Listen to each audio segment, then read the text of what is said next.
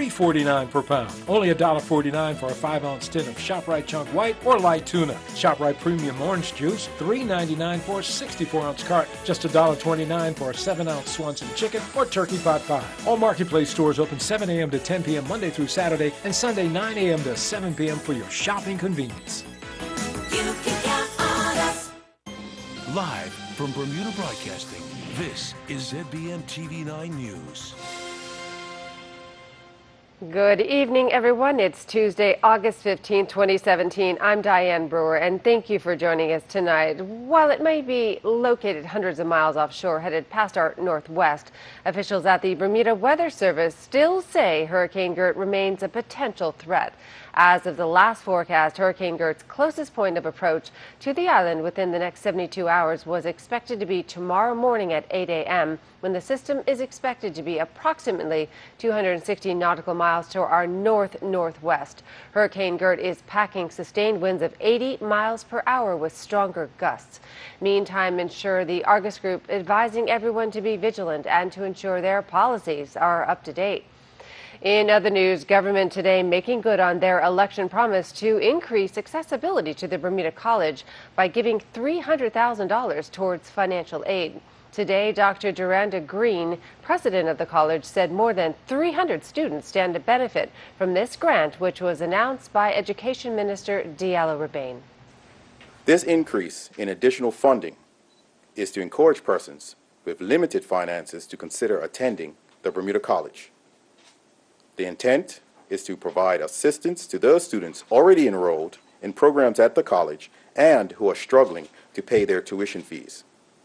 Therefore, the government has increased the 2017-18 Bermuda College operating grant from $15.481 million to $15.781 million. This additional $300,000 will be evenly distributed across the following three categories of study to assist students enrolled in: 1. Non-program and program academic division courses. 2. Professional and career education, or PACE, programs. This is a new benefit for potential students. Currently, the Bermuda College does not provide funding for students enrolled in the Division of Professional and Career Education. And lastly, bachelor degree programs offered through the Bermuda College. Financial aid awards will range from 30 to 80% of fees and will be based on the applicant's financial need. All the college requires to apply for financial aid is you must be Bermudian and, if enrolled, have a minimum of 2.0 GPA. We believe every Bermudian student should be afforded the opportunity to further his or her education. By student, we are not just referring to the recent high school graduate, but also those non-traditional students who are wanting to change careers, or those that may be underemployed or unemployed and are seeking to improve their skills, making them more marketable. This funding is open to all qualified students, whether they are traditional, a recent high school graduate, or non-traditional. And the deadline for applications is next Thursday, August 24th. You can contact Bermuda College for more information by calling 236-9000. And Bermuda Broadcasting would like to correct an error in one of our reports yesterday in our story on Anti-Gang Forum. It was said Mr. Ralph Burrows was a former gang member. He has contacted us to say that it was never the case, and we're happy to report that clarification. Our apologies to him. Stay with us. More news and tonight's AccuWeather forecast after the break. The Marketplace Food Court is you and your family's one-stop shop. Start your day at the Breakfast Bar with omelets made to order and traditional Bermuda codfish breakfast. The chefs will cook lunch and dinner to your liking. Along with the salad bar, sandwich bar, sushi bar, and fruit bar, the Marketplace Food Court is your kitchen away from home. Every day is hassle-free with nutritious meals from the Marketplace Food Court. Visit us 7 days a week. Homemade cooking, quality service, all at prices you can count on. Getting more rain. I'll be at Legoland. More fun stuff. The World Cup. They should have more scholarships. They could help those who are struggling through life. A van that will go around driving around feeding homeless people. When people are bleeding, we must help them. For people to just listen sometimes.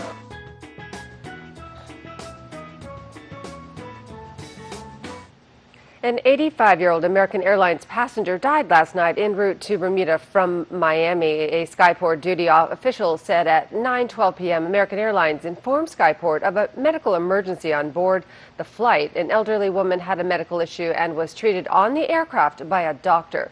Emergency personnel were called to Elif Wade International Airport, but unfortunately the passenger died on board at 9:57 p.m. The passenger was traveling with 4 family members.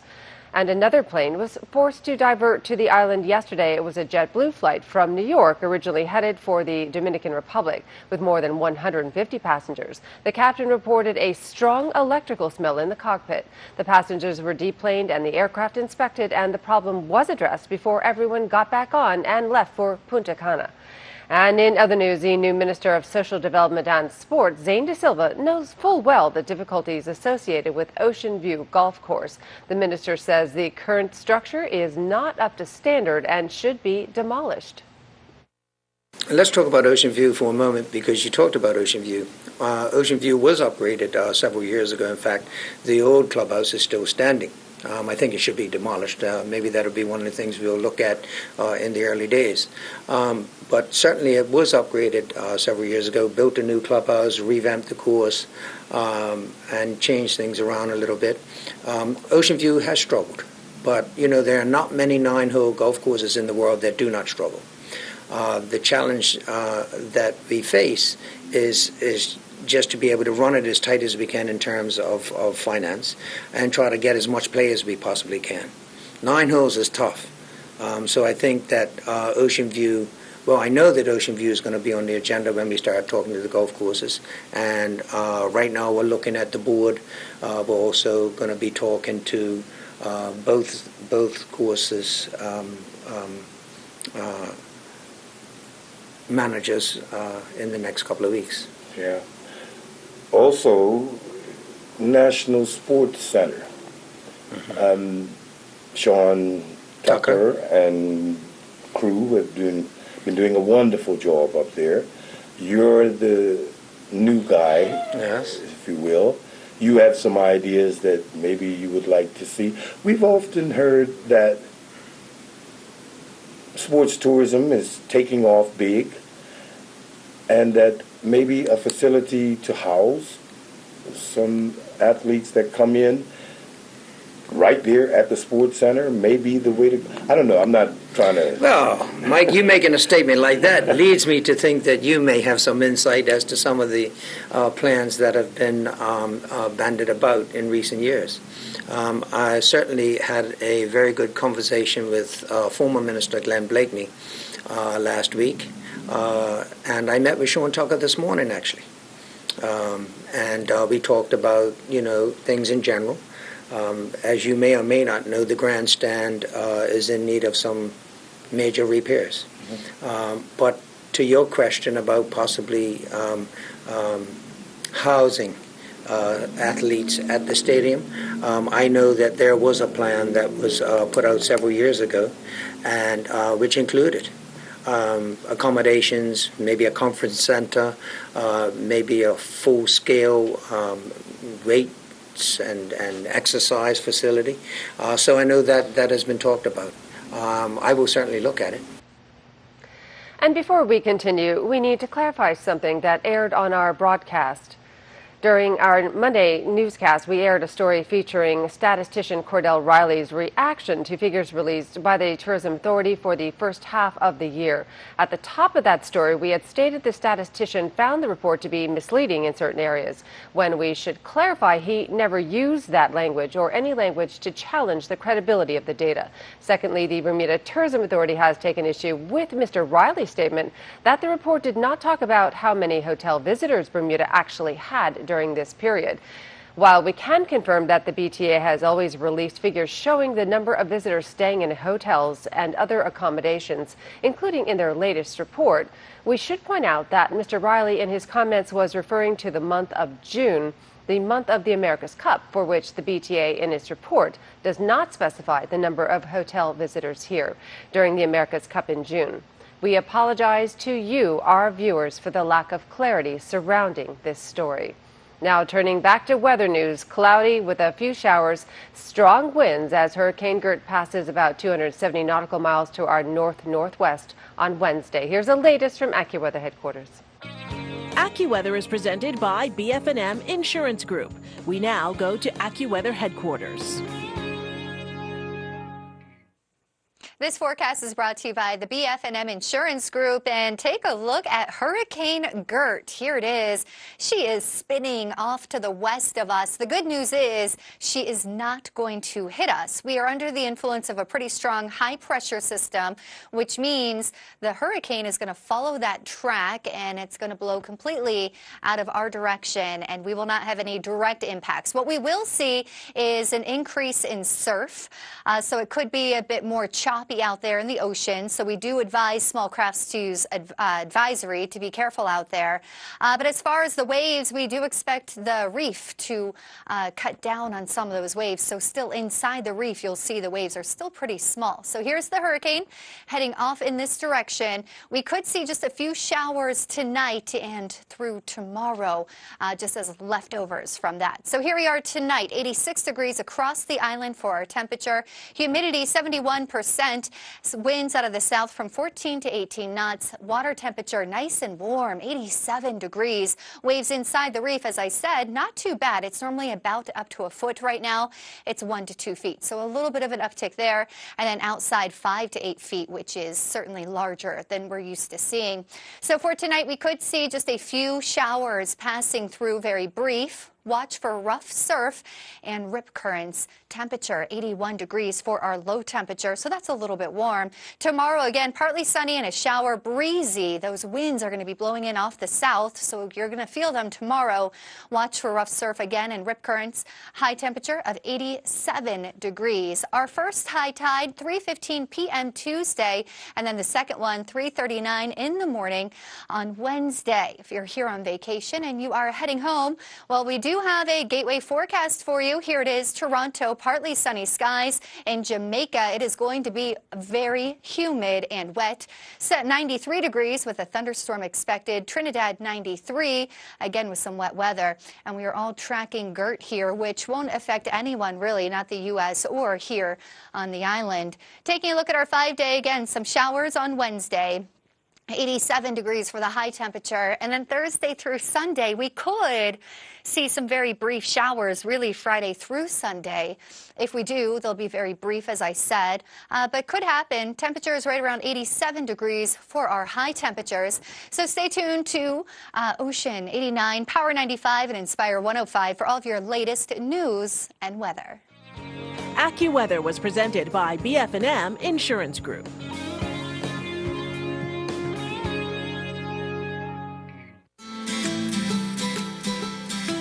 This spring, as you make the transition from your living room to your patio, bring a touch of class to your outdoor living space with a new patio set from Big Savings Zone. Our new line of outdoor furniture features a wide range of sectional sofas, round and rectangular dining tables, as well as matching chairs and umbrellas. Ashley's outdoor furniture is crafted for comfort and durability, boasting a state-of-the-art rust-free finish for years of enjoyment. Exclusively available at Big Savings Zone, Southside, St. David's. Walter Rabandi, Deputy Premier and Minister of Transport, says he is actively continuing a tour of meetings with individuals and organizations under the remit of his ministry, as the minister seeks to become informed about all the ongoing programs under his ministry. He has engaged in meetings that span the various aspects of his portfolio, including discussions with the department directors, vendors, and those with special interests, such as environmentalists. Similar meetings were held with the staff at the Department of Marine and Port Services, including Director Captain Rudy Can. The minister stresses that Bermuda's public transportation system is very important, providing daily commuters and tourists with safe and dependable transportation options across the island. He adds there are a large number of Bermudians working to ensure the necessary service levels for the island's ferries and buses is maintained on a daily basis. End quote once again from Minister Walter Rabban. And Bermuda youngsters fall in Florida. Cricketer unsure about cup match future, and a referee shortage may hinder the 2017-2018 football season. Earl Basden has the details of these stories and much more in tonight's Sports Report. Bermuda's under-15 national football team went down to a second-half penalty converted by El Salvador to lose 1-0. The Bermuda team were competing in their second match of the CONCACAF Under-15 Boys Championships going on in Orlando, Florida. Meanwhile, Antoine Augustus and Tashawn Simons were involved in their second match of the tournament as well. The pair were part of the officiating crew for the match between Haiti and Nicaragua. Cup match may be over, but a burning question still remained to be asked. And with Lionel Can returning after leaving the day after Cup match on a cricket tour to Canada with St. David's Cricket Club, we caught up with him to ask him if the 2017 annual Cup Match Classic was his last. I haven't know yet myself. I'm still giving it a train of thought. Obviously, you want to finish up at home. But, St. George's getting through a period now where, they're picking a lot of youngsters and they need a little experience at the moment. So I'm just giving it a little thought and we'll see what direction the club's going to take. But at this moment I haven't made up my mind exactly. Because once I do, I'm going to make sure that that's the aim. So I'm still thinking about it. How special is it that now you're the third highest run scorer in Cup Match and you've done it at St. George's? Oh, wow, yeah. When I first started, it isn't something that you think about. When I first started, I was batting like number 8. We had Randall, Dexter, Arnold, Charlie, Noel, Clevey, Graham Fox, like the list goes on. So when I started, I came in as a bowler. And, I was batting number 8. And just like the last 5 or 6 years, when I became captain, I pushed myself up the order to 7 or 8. So you didn't even picture about even getting 1,000 runs. Nevertheless, we have to be amongst, like so Randall Smith, Gennaro Tucker, obviously, Clay Smith, Lloyd James, Albert Steed. The list goes on. It's an honor just to even be up there. Cricket weekend top performers in the Premier and First Division, as well as players overseas. Malachi Jones from Bailey's Bay was the weekend's top batsman, playing against Somerset Cricket Club with a knock of 184. Tamiko Wilson scored 71 for Cleveland County against Southampton Rangers to be the second top scorer, and Trey Manders scored 71 as a guest player for PHC in their Western County Cup match against Southampton Rangers. With figures of 10 overs, 3 maidens, 6 for 14, the Unstubble playing for the St. David's Cricket Club led the bowling department. Mao Levrock returned figures of 8.2 overs, 1 maiden, 6 for 27, helping Handsworth defeat New Eton by 3 runs in a low-scoring affair over in the UK. Dennis Musson Jr. playing for Cleveland County had the third best figures of the weekend. He bowled 9 overs, 3 maidens, 5 for 17. The Bermuda Football Association is in a crisis for officials, according to the second vice president and chairman of the referees committee, Cranston Williams. As it stands right now, yes, there's going to be a chronic shortage of referees. We had a FIFA course in April, I think it was, and we had 35 persons that attended. Quite a few that did attend, rather came, as they stated, for information purposes. So from that, we had 9 persons that said they might possibly be interested. 3 have stated that they will make themselves available. Others, due to work commitments, school commitments, have not been able to fulfill, I guess you'd say, the training schedule we put out. So I'm making a very, very strong appeal to the public. If you are interested in assisting with officiating, please get application form to BFA, and we will arrange a course to get you on the field. Williams had this message to fans, players, and coaches. Get to know the laws of the game, because the laws of the game changes every single year. So what an offside was 10 years ago is completely different in 2017, 2018. That's the main problem. People do not understand or know the rules of the game, so therefore they scream at the officials, not realizing that things have changed. He also stated, control your players and control your fans. Plain and simple. They need to stop, and has to stop somewhere. And this is the season where it will not be tolerated. The University of Rochester got the better of Bermuda at the National Sports Center in women's field hockey action yesterday evening. After a scoreless first half, the visitors were able to score a field goal off the stick of Maya Haggis in the 40th minute. The Bermuda team worked hard to get back into the match, but the University of Rochester defense would not break. Meanwhile, USA have taken a 2-0 lead in Bermuda inline bowl hockey playoff action at the PCC hockey rink. Andrew Carnall led the way with a hat trick, while Powell, James Amaral, Josh Bush, John Moran, and Brian White all added a goal each for USA. Matthew Benson and J.M. Tremblay scored hat-tricks each for Sweden.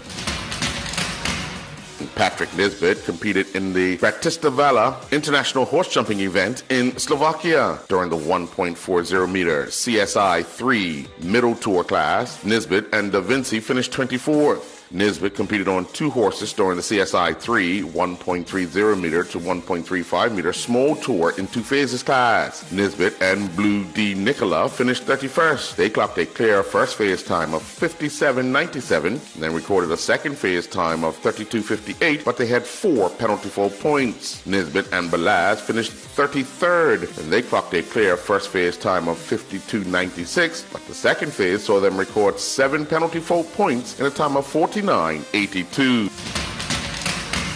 In commercial softball league action at the Michael Priest Softball Diamond, Super Express have taken a 2-1 commercial summer league playoff lead over the Ragamuffins. Coming into game 3 with the series level at 1 game apiece, Super Express defeated the Ragamuffins 5-2. The Ragamuffins had won the first game of the series 10-5, but Super Express had drawn level when they won game 2 17-11.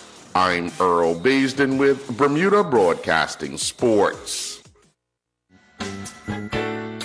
Price Rate is your one-stop shop with something for everyone. Household goods for kitchen, bedroom, and bathroom. Aisles of bulk groceries at value prices. A complete selection of fresh meat and produce. And an extensive range of frozen items to cover every meal. Wines from around the world and beer and liquor at discount prices. Visit Price Right at our 2 locations in Pembroke and Warren. There's always something new and always something for everyone.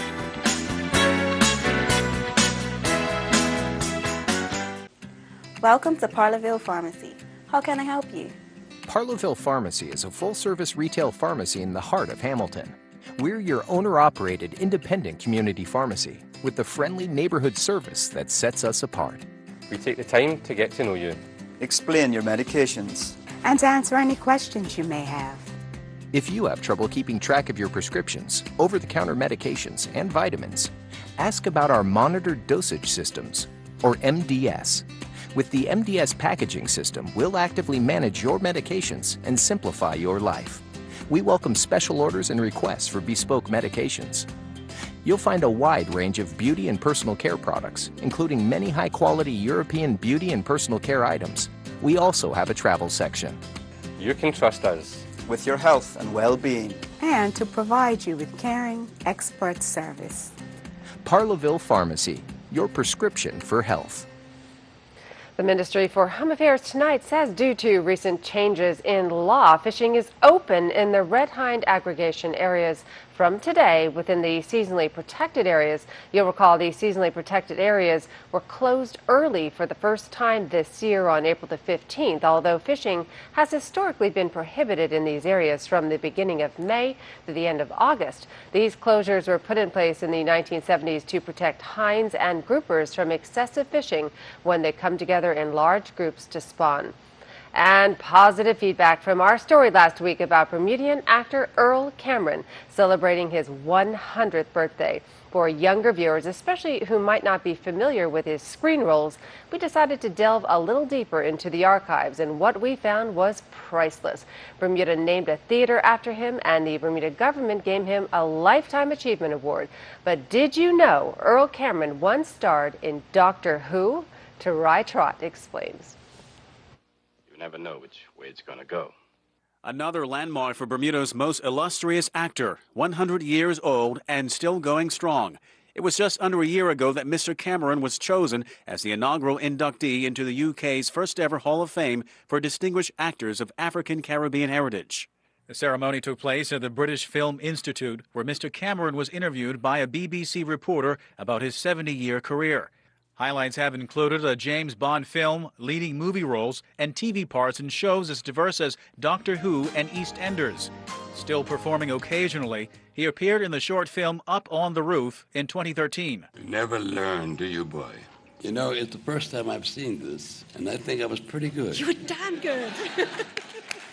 After the interview, there was a special screening of the digitally restored thriller Pool of London, which launched Mr. Cameron's career in 1951, the first time a black actor had a major role in a British film. What's wrong, Dan? Go on. You all right? He romanced a white girl, and the film was banned in Bermuda because of racial tensions here. Mr. Cameron went on to appear in 90 films and TV productions, recently earning acclaim alongside Nicole Kidman in The Interpreter. What is your name, child? I'm the Sylvia whose family you killed. In 2006, Mr. Cameron made a cameo appearance as an artist in The Queen with Helen Mirren. You're not a modernizer, then? Certainly not. We're in danger of losing too much that is good about this country as it is. 3 years later, he went to the real Buckingham Palace to receive a CBE. But arguably, his greatest claim to fame stretches back to 1965, when he was chosen to play the part of Sean Connery's Caribbean assistant Pinder in the James Bond hit Thunderball. You'll have a power cut as you requested, all over the island. I don't give a damn about the rest of the island. I just want the lights out in Palmyra. You'll have it. Other film credits include Tarzan the Magnificent, Flame in the Streets, Guns at Batasi, Battle Beneath the Earth, and A Warm December. Who's the dude? George's Wonder, Ambassador Taranda. In 2010, Mr. Cameron acted alongside Leonardo DiCaprio in Inception. The dream has become the reality. Who are you to say otherwise?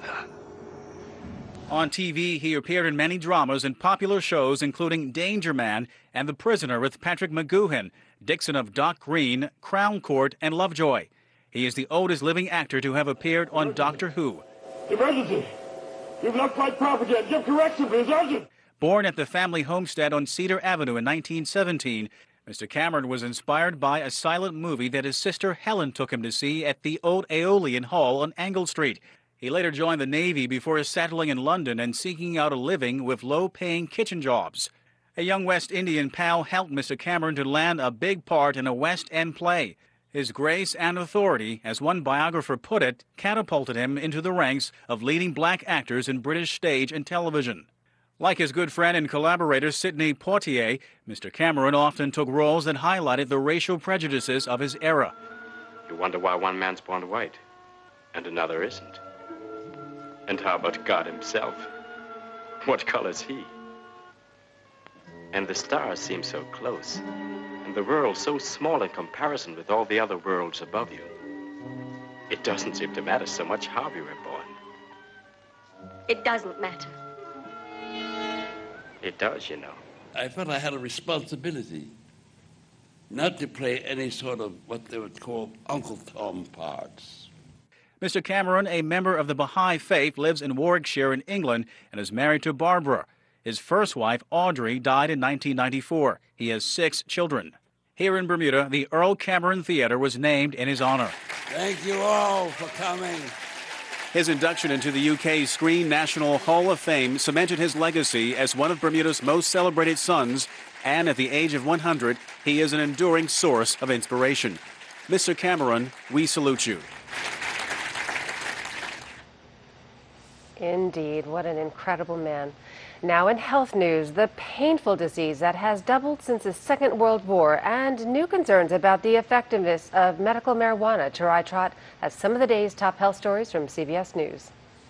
Scientists looking at data from more than 24 chronic pain and post-traumatic stress disorder trials are now questioning the effectiveness of medical marijuana. There really isn't a lot of solid scientific evidence suggesting or indicating that marijuana is really helpful for people that have pain or people that have post-traumatic stress disorder. That doesn't mean that it's not, it just means that we don't have that evidence right now. Doctors say more research is needed.